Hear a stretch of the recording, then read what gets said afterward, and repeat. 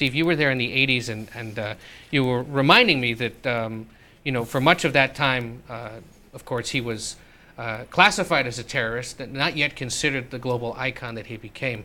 Talk a little bit about that transition that took place during the 80s that took him from what was officially a terrorist in the eyes of the United States to a revered figure who only a few years later ended up greeting thousands of people in the streets of Washington. Sure. Well, the transition was in our minds, not in his. I mean, he has been incredibly constant in his politics and his beliefs since, really since before Eisenhower was elected president. He's been a national leader for the African National Congress that long.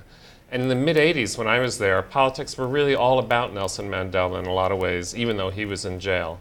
And there was a lot of speculation about what kind of person he would be. One of the ways we tried to decipher that is, both people who had contact with him in prison and the things he did from prison.